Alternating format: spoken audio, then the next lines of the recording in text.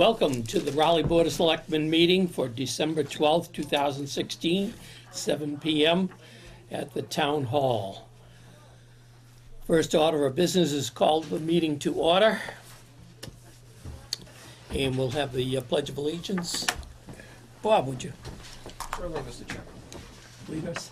I pledge allegiance to the flag flag of the United States of America, and to the republic for which it stands, one nation, under God, indivisible, with liberty and justice for all.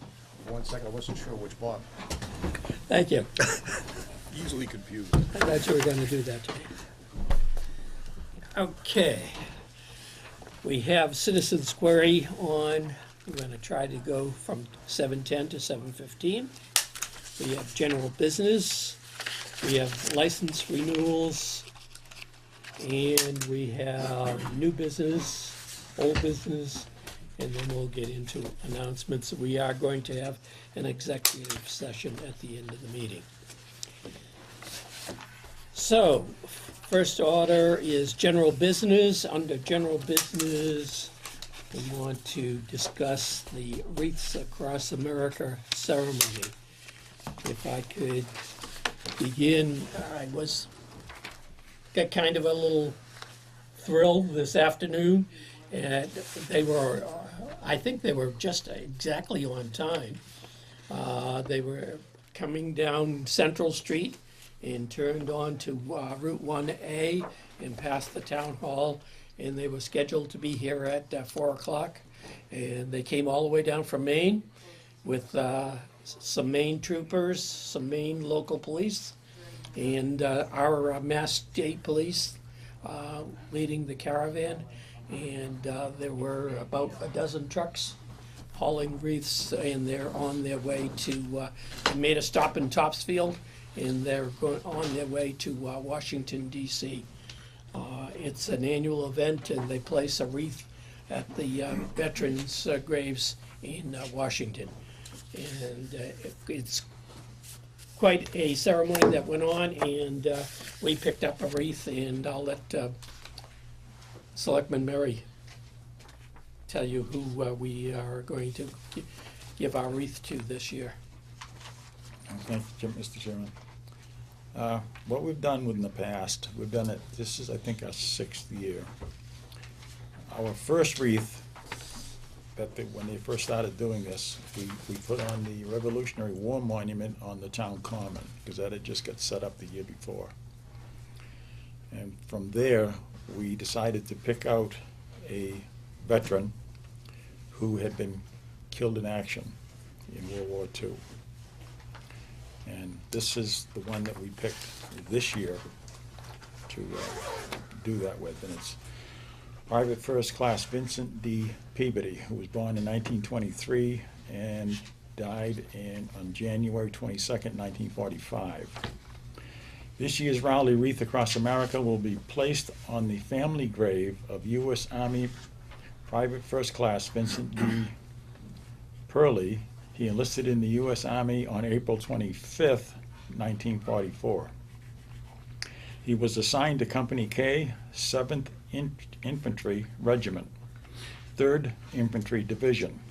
He was officially killed in action on January 22nd, 1945, in the Crimea pocket of France, engaged in action against hostile forces.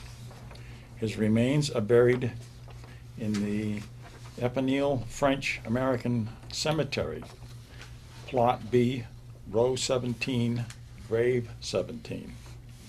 He received awards of the Purple Heart, Combat Infantryman Badge, American Campaign Medal, and World War II Victory Medal. Time will not dim the glory of his deeds. So we're going to put that in the Raleigh Cemetery at the family's grave plot, where they have a plaque that tells us where he is actually buried in France. And that's where we got the information for this presentation. So Thank you. we got that way. And what was very interesting this time, that we were sitting there at the table after we got our wreath awarded to us, and a fellow came up to the table and wanted to talk to somebody about this particular piece that Joe had read. And he's a Ipswich resident. He's a relative of Vincent Peabody. And he has a picture of the gravestone in France on his cell phone. So he asked me when I'd be putting the wreath on the grave, and I told him I probably would do it tomorrow if the weather was decent, which it's supposed to be. So he's going to meet me tomorrow morning at 9 o'clock here at the town hall, and we'll go down, and he wants to take pictures as we put the wreath on, wow. Excellent, on the gravestone. excellent. That's great, Bob. Yeah, it is. I mean, you don't know when you're going to run into these people. No. You know, No. this comes out of the blue. I mean, how else would you have met this fella? You know, you really wouldn't have if he hadn't come.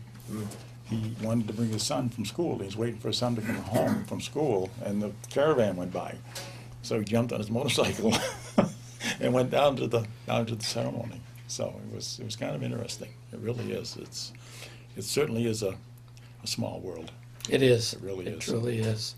So Yeah, to see all of the police vehicles, state and local police and the police from Maine, and they're going to accompany the trucks all the way down to Washington, and to see those 18-wheelers making the turn from Central Street onto 1A.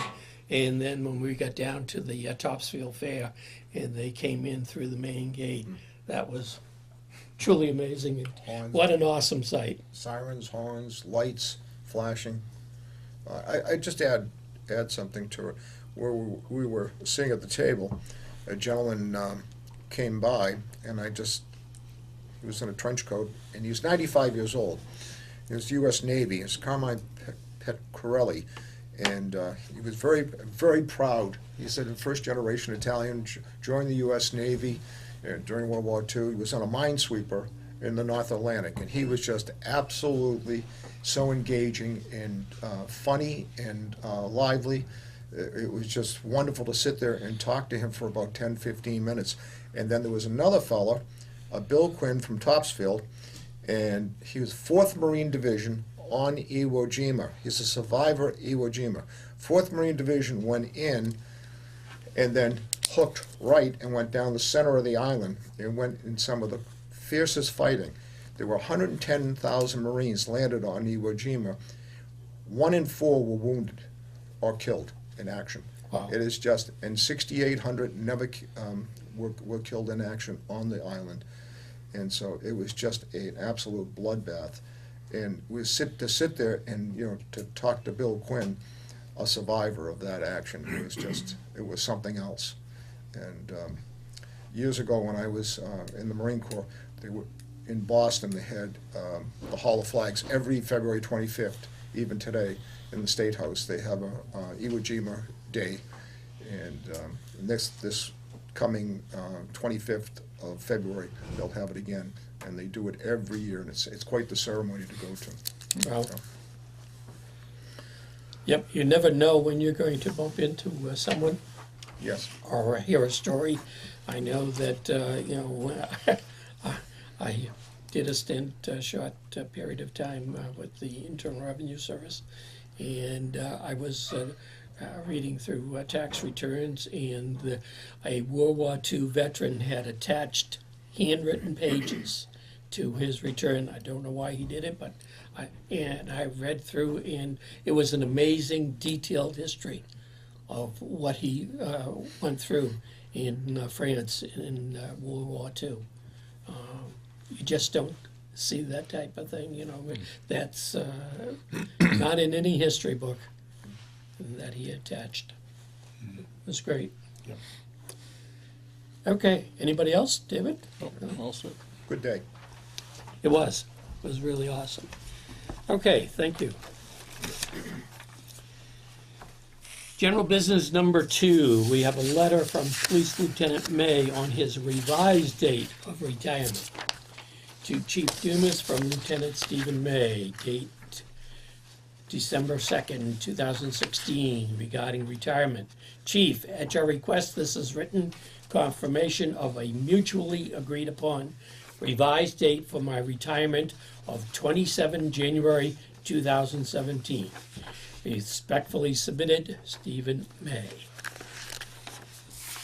do you need a motion, Mr. Chairman? Second. Motion has been made and seconded to accept the written confirmation of Lieutenant May's retirement. All those in favor say aye. Aye. Aye. Opposed? Unanimous. Okay. Being that time of the year again, we have license renewals. And we will start with Class 3 license renewals. All renewal applications received are in order with all taxes, water, and light bills paid. Please make a motion to approve and sign the licenses for Michael Bontos doing business as Rowley Auto Parts. We'll do it separately if you will. Give you a motion. I'll second. Motion has been made and seconded to approve the license for Michael Bontos doing business as Rowley Auto Parts. All those in favor say aye. Aye. Aye.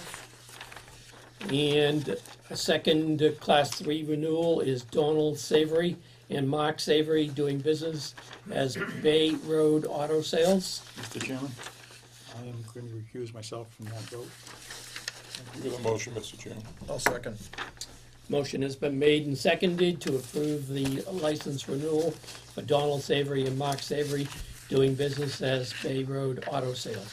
All those in favor say aye. Aye. Aye. Opposed? Thank you. Unanimous. Citizens query. We'll do citizens query for the next 5 minutes. Thank you.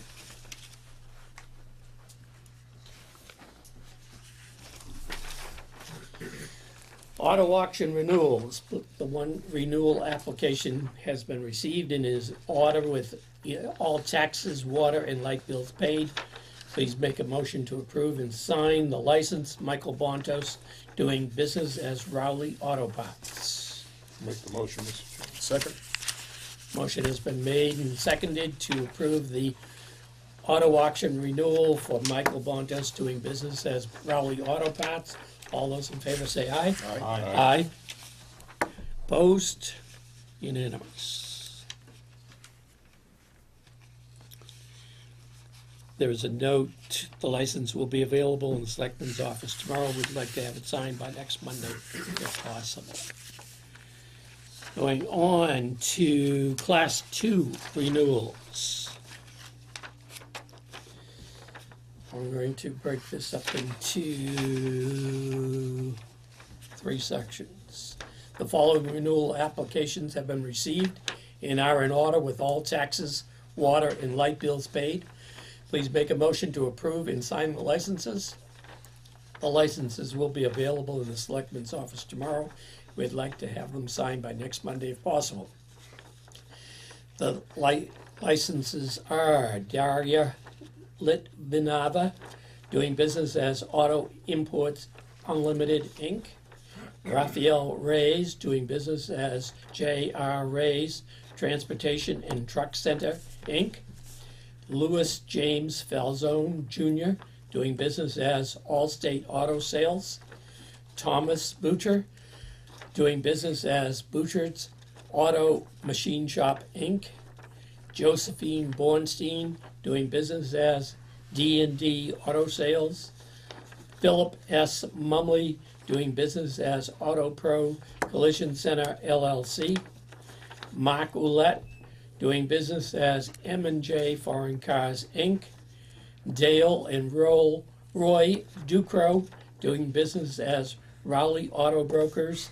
Frank Ivanella and James Price, doing business as Car Lines. I give you the motion, Mr. Chairman. Second. Motion has been made and seconded to approve the renewals as read. All those in favor say aye. Aye. Aye. Opposed? Unanimous. We are awaiting additional information from the following applicants: Donald Savory and Mark Savory, doing business as Bay Road Auto Sales, 56 Newburyport Turnpike. Donald Savory and Mark Savory, doing business as Bay Road Auto Sales, 588 Main Street. I'm going to any of those, or do you want to? We don't need any action. Okay. And moving on, renewal applications have not yet been received from the following applicants: Gino Zortzis, doing business as Gino's Collision Center; Fred Hardy, doing business as Hardy's Auto Body; Tim Watkins, doing business as Precision Auto, doing business as Precision Volvo; Mimi Zortzis, doing business as Rowley Auto Body. And we hope that they get their renewals in shortly.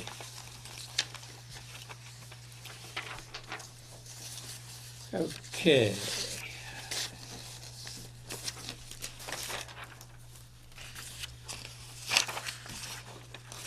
Moving on, we have flea market renewals.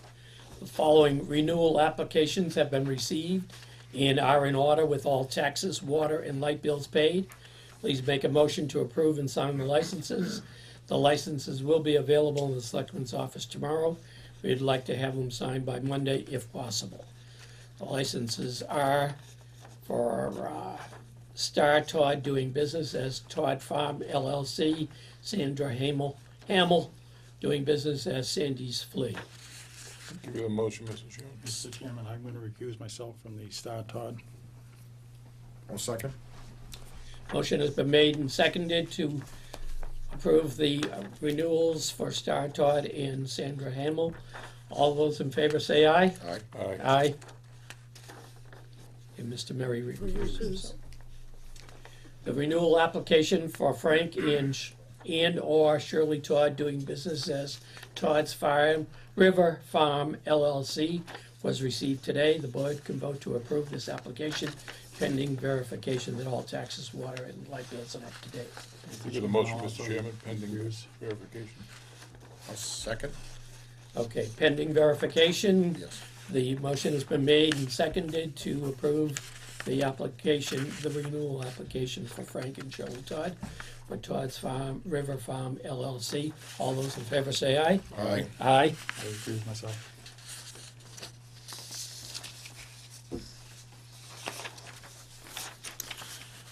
Opposed? Unanimous. Not unanimous, I'm sorry.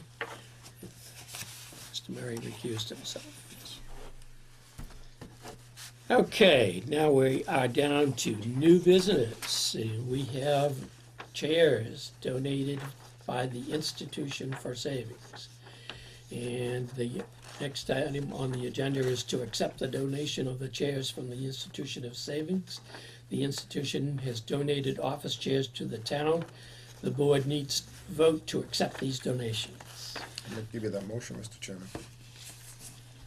I'll second it.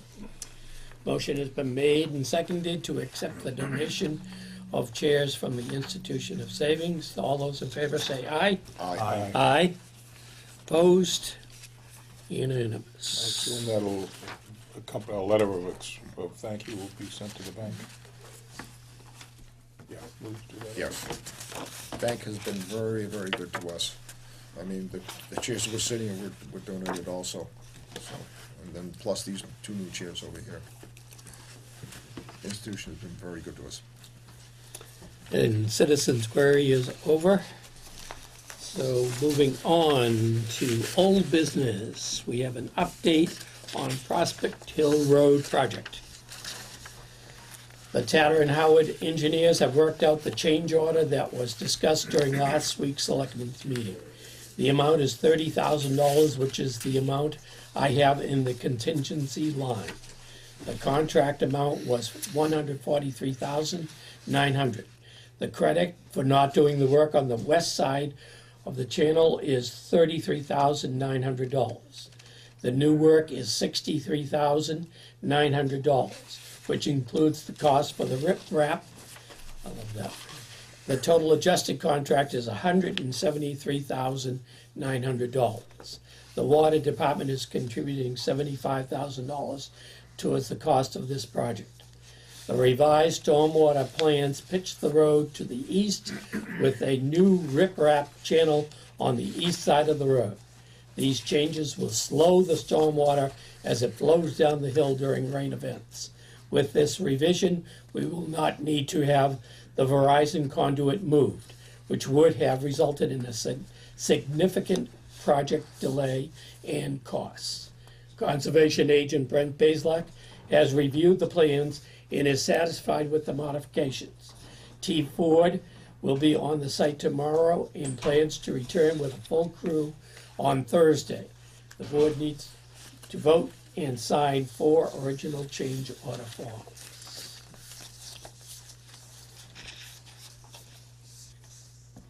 Thank you for the motion, Mr. Chairman. Second? Motion has been made and seconded to sign all 4 change order forms, 4 copies. Any further discussion? Hearing none, call for a vote. All those in favor, say aye. Aye. Aye. Opposed? Unanimous. We have 4 originals to sign.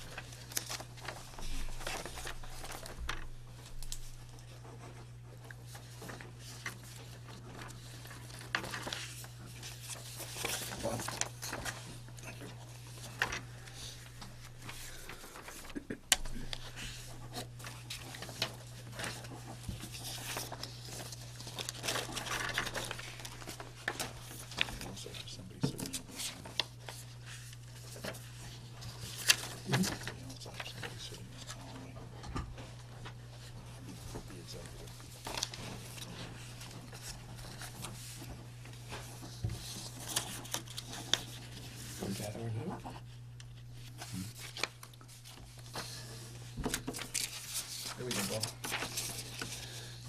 Yeah, sign it. Got everybody?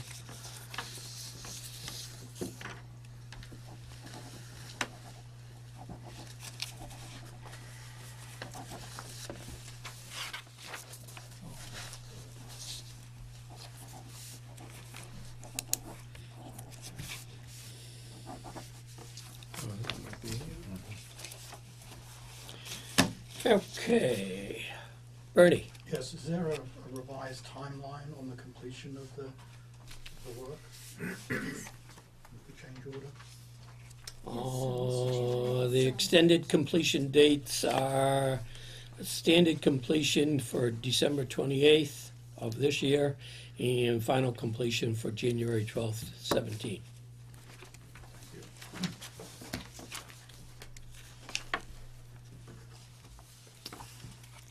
Okay, moving on to old business number 2. On Thursday night, I have a full week this week. I have a whole bunch of stuff for tomorrow. We have the public safety building in the morning. We have Pine Grove School in the afternoon. We have Wednesday, I'm going to Boston for Pine Grove School. And Thursday, I get to go to the district communications meeting for the school at Triton High School. And they would like us to comment, actually, they want us to put it in writing, but we actually made comments at a prior district communications meeting about the Triton Regional Agreement. And I would like to just go over a couple of things. If you take a look at the minutes,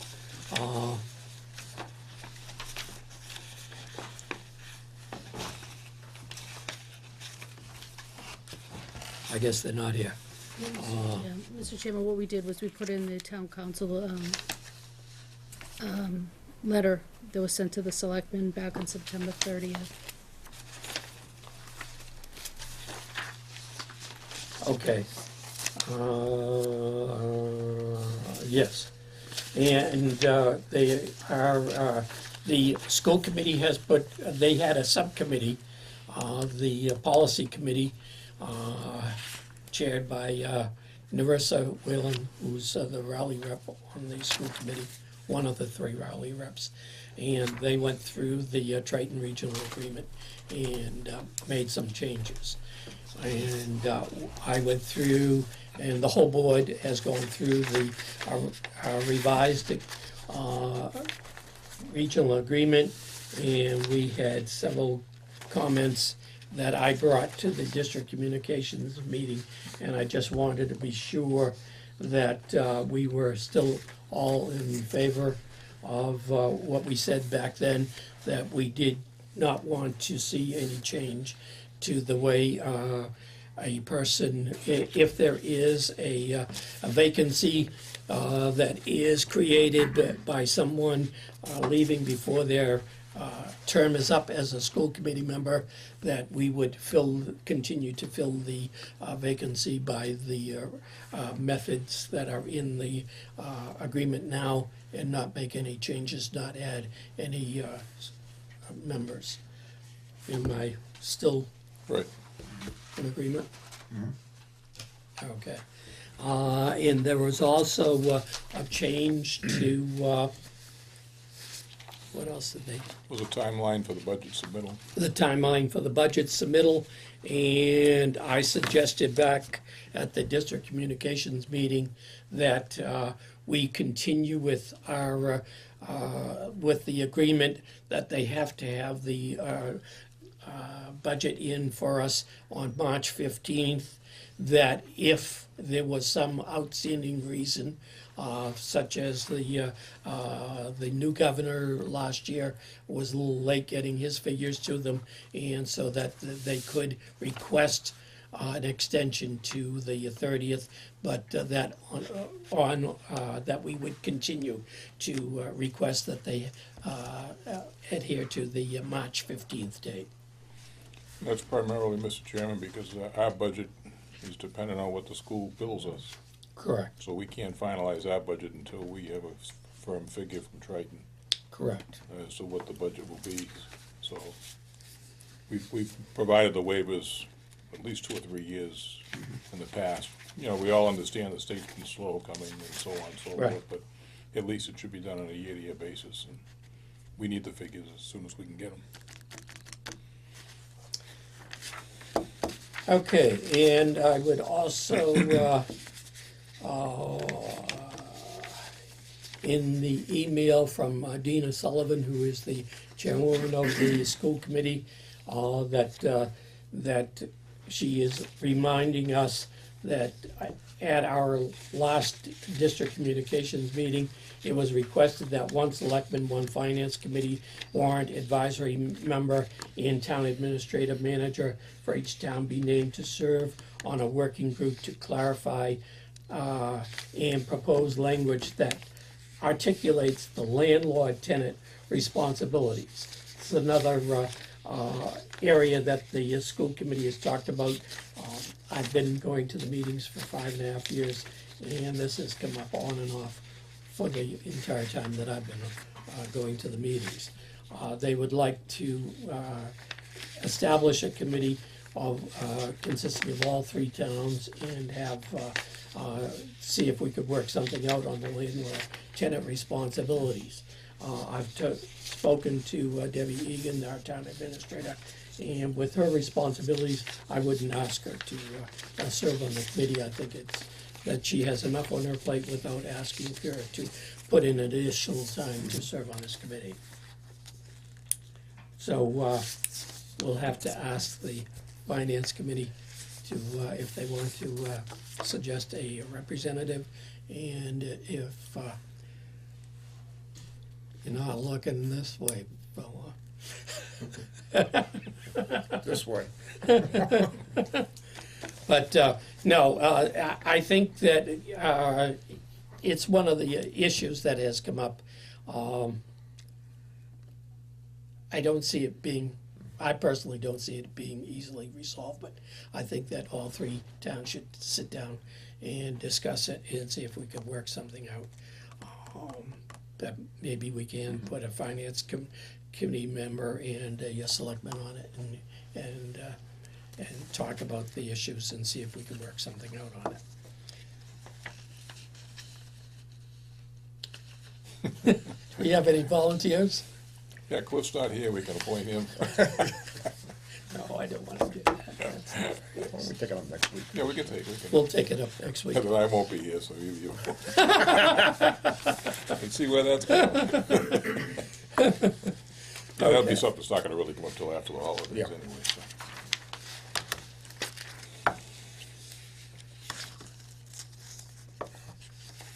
Okay.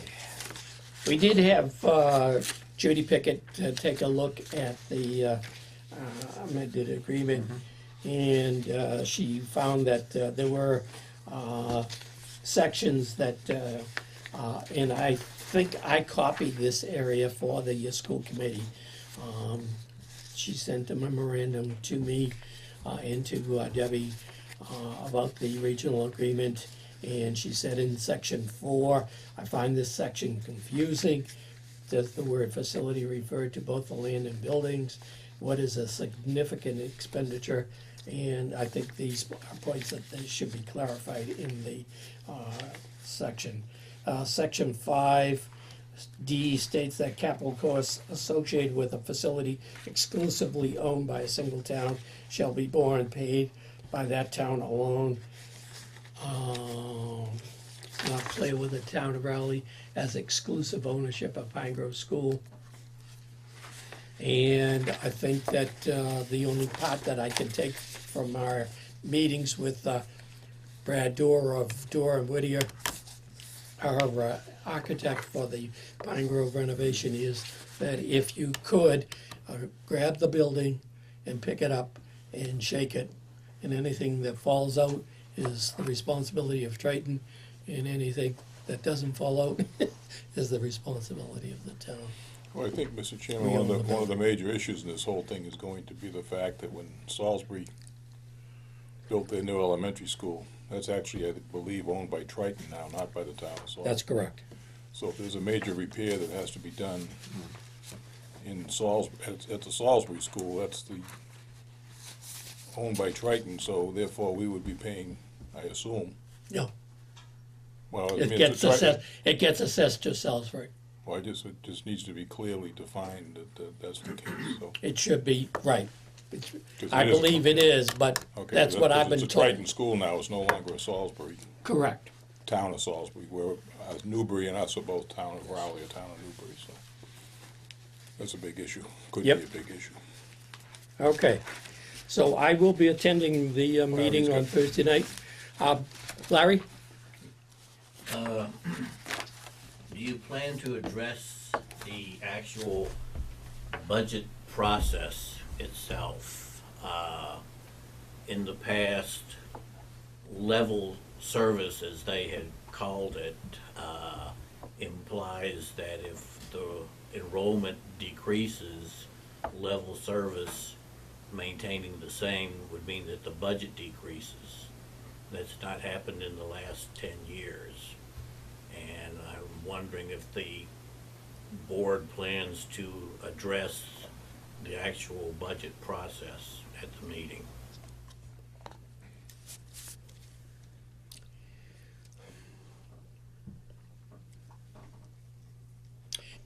The only answer I can give you, the agenda has been set by the chair of the school committee for the district communications meeting and it will be on the Triton agreement. The, another comment I would like to offer is that Dina Sullivan came here last week with Niversa and we discussed the Triton agreement. And she offered that in January, I have, this would be the 60th time since my first election, that they will have their budget meetings starting the second Monday in January. And Triton School Committee meets at the high school, and typically Pine Grove School is on the agenda for the first night, which is our Monday night meeting night. And Dina has graciously accepted that action and taken the action that she will postpone Pine Grove School's presentation to another evening so that we can be in attendance to hear what the Pine Grove School is presenting to the school committee as their suggested budget requests for fiscal year 18. That still kind of implies a bottoms-up approach, and I would much rather see a push for the three towns meeting with Triton to agree on a top-down approach to the budget, where the overall budget is at least temporarily or within reason decided on, and then each town can decide how they want to use their apportioned part of the budget, rather than the bottom-up approach, which hasn't worked for the last 5 or 6 years at least. 10 years from the data that I've gone back. There's no sense of going back even further. But also with the proposed enrollment of Pine Grove going from 467 to the state figures of 415 implies another reduction in the budget. And I would like to definitely see some action towards a reduction in the budget. I can't see how the town or the finance committee can support a increase in budget with decreased enrollment and the additional expenses of the Pine Grove renovation. I can't disagree with anything you've said. I fully agree with you. But I will point out that the figures that they did submit to the state shows the decrease in enrollment. But they did note that they had a total increase of 3 students over last year's enrollment. They were surprised at the increase in enrollment for this year. So, for whatever that's worth. You said 467, now 470? 15. Well, 467 is the current enrollment. 415 is what the Pine Grove renovation is geared for. But that's the figure that they had to submit to the MSBA, but it does not take into any of the preschool kids. That's why there's a difference in the enrollments. That it's the actual students K through 6 is 415. The other issue, Mr. Chairman, is that the school committee has total control of the budget. We have absolutely no control. Then what's I mean, we can make suggestions, we can discuss things with them, but, you know, the idea that we can tell them that to divide the budget in 3 pieces and we're gonna decide what's spent at Pine Grove is not legal, number one. And number two, it's never gonna fly. Anyway, but I mean, the best we can do is make our points to the Finance Committee and the Board of Selectmen, which we've done in the past. And they may abide by it, they may not. So it just be advised that the school committee totally controls the budget. So if parents or elected officials, et cetera, are interested in commenting or being part of the budget process, then whatever meetings they schedule, we have to make sure that we have representatives at. That doesn't mean that in the end we might not get they might not take our input at all. But it's, you know, it's a separate, Triton is a separate political entity that has total control over their budget. All we do is get the bill. That's why it's critical that we get that bill early, so at least we can see where we stand. But if whatever bill they give us, and we can always say no at town meeting, but the way the system works is we say no, they go back and vote another budget, then we have to have a brand new town meeting at an extended cost and very quickly.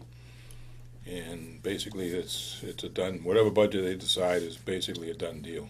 just the way the system works by state law. Right. So if we're gonna have any input, or if the finance committee wants any input, they need to have people go to these budget meetings and/or communicate by letter to the school committee ASAP, because I'm sure they're already putting together, They're already working. they're already putting They're together already their working. preliminary numbers, and They're negotiating with the We- teachers too. we've told them, Contract. any number of times that we're interested in, we've been getting it hard the last couple of years, 2 or 3 years. It's been in the last 2 years that we've had like a 6% increase in our assessment based on student populations and state formulas and stuff, so, it's a complicated budget process. But if you wanna get involved, you wanna have input, communicate to them as soon as possible. And, I almost think by the time they have that meeting in January, I kinda agree with Larry, it's too late, the process is already in motion. And at that point, the superintendent is getting extra ideas for spending out of the various school principals, and then they're cutting some of them back or approving some, depending on what they are, but the base budget's already kind of been determined, so. It's a difficult process, and we're always at the bottom, we're the last link. Yeah, we're stuck with paying the bill, or our budget depends on what their budget is, so it's doesn't seem fair, but that's the process, and it's by state law, so.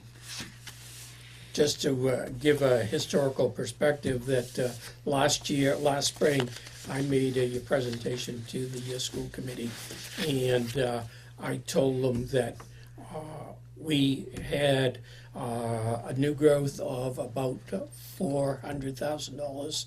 No, we had a 2.5% increase of about 400,000, and we had new growth of about 200,000, and we were willing to give them half, which was 300,000, and that we also had just approved the override for the police fire station, and we approved the override for the Pine Grove School feasibility study for $800,000. And I said, taking all of that into account, please be reasonable in the budget. And they came in with a 6% increase, and not only did they take all of our increase, 2.5% increase, and our new growth, but they actually took another 100,000 on top of that.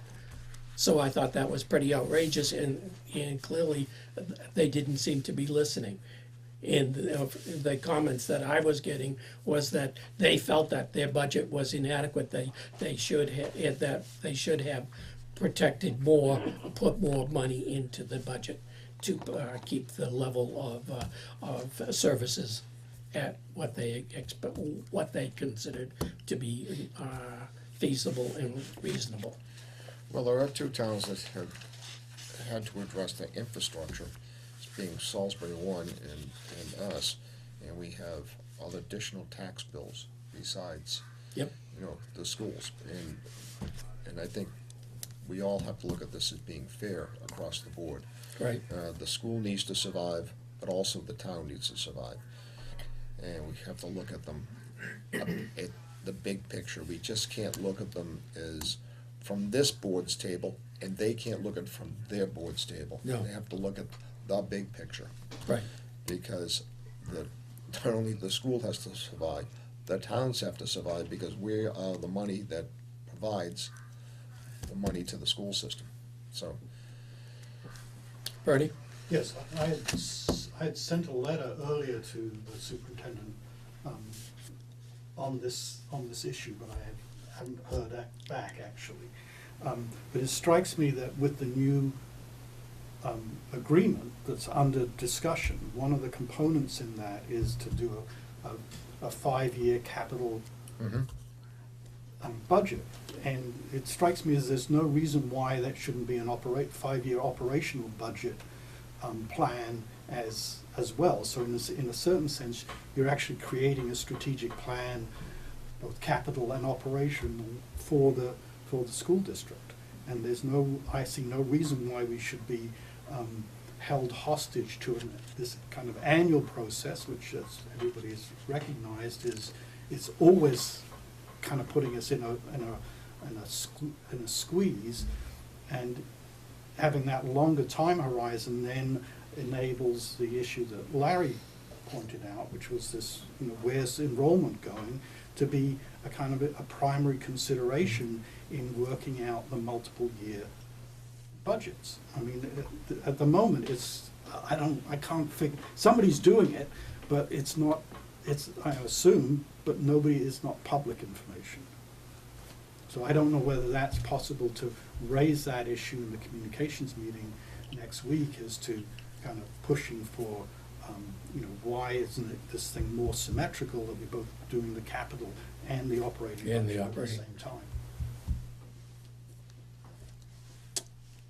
Okay, yes, Larry? One other comment is that if the Triton budget continues to escalate despite decreased enrollment, people are beginning, or will look at the Pine Grove renovation that was originally the $10 to $30 million range, that is now north of $40 million, as completely unacceptable, and they will have to draw the line somewhere.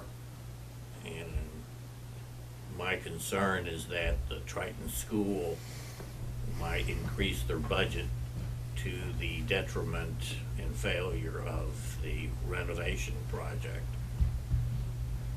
I'm sure it would be a major factor.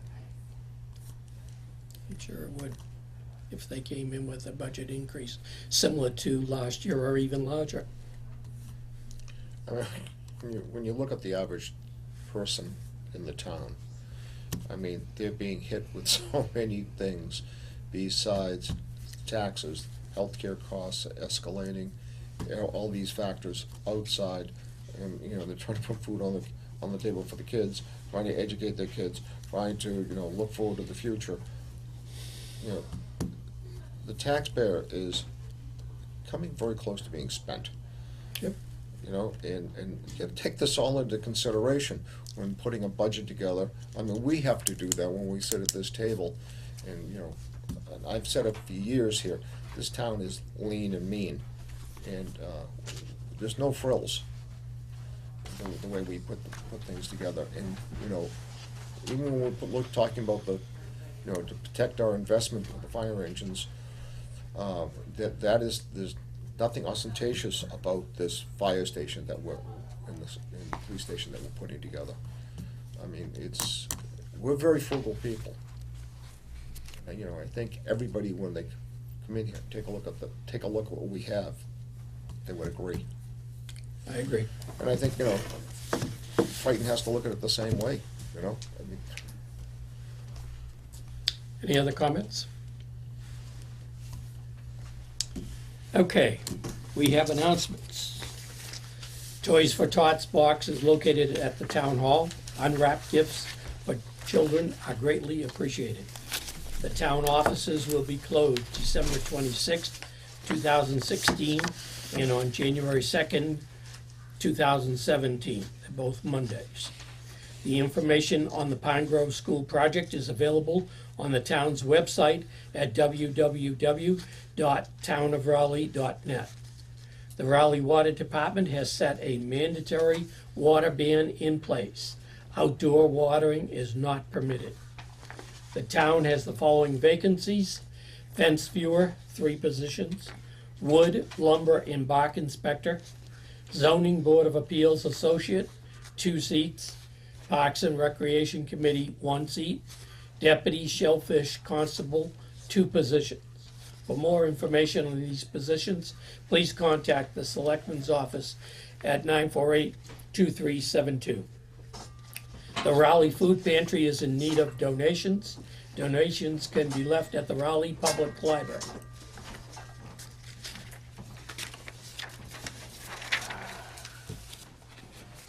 Next item on the agenda is some 6:30. a litigation executive session for litigation strategy, Stephen B. Conley Senior versus Town of Raleigh Board of Selectmen in Commonwealth of Massachusetts, Department of Transportation Highway Division Superior Court.